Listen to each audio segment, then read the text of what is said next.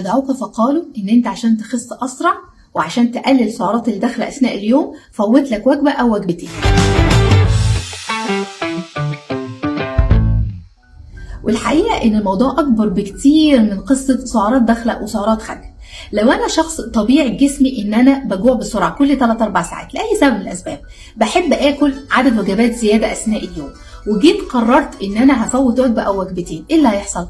هجوع اكتر، ولما جوع اكتر هتعرض لستريس اكبر، ولما اتعرض لستريس اكبر هيحصل ايه؟ هاكل اكتر، وكمان مش هيبقى عندي بقى رفاهيه ان انا اختار بقى نوع الاكل بقى انا عايز حاجه صحيه، لا لا لا لا، اللي هيجي قدامه هاكله، وبعد ما اكله هيبقى عندي احساس بتأنيب الضمير واقعد اشتم في الاراده بتاعتي.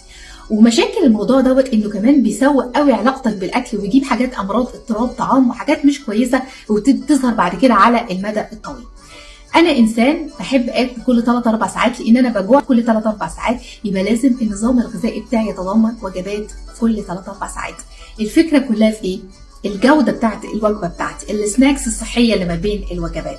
لما تبقى الوجبه بتاعتي فيها نشويات معقده وفيها بروتين وفيها دهون صحيه، فيها خضار وفاكهه، فيها الياف، فيها فيتامينات، معادن، مضادات اكسده، الحاجات دي كلها بتخليني احس بالشبع لمده اطول، وكمان تخليني اقدر التزم بالنظام الغذائي، اقدر اخس، اقدر افقد الوزن بتاعي بطريقه تخليني اكمل على المدى البعيد. لكن الحاجات اللي انا بعملها دي تخليني ايأس بسرعه، احبط بسرعه، واوقف وارجع اقول من السبت الجاي ان شاء الله هبدا الدايت بتاعي.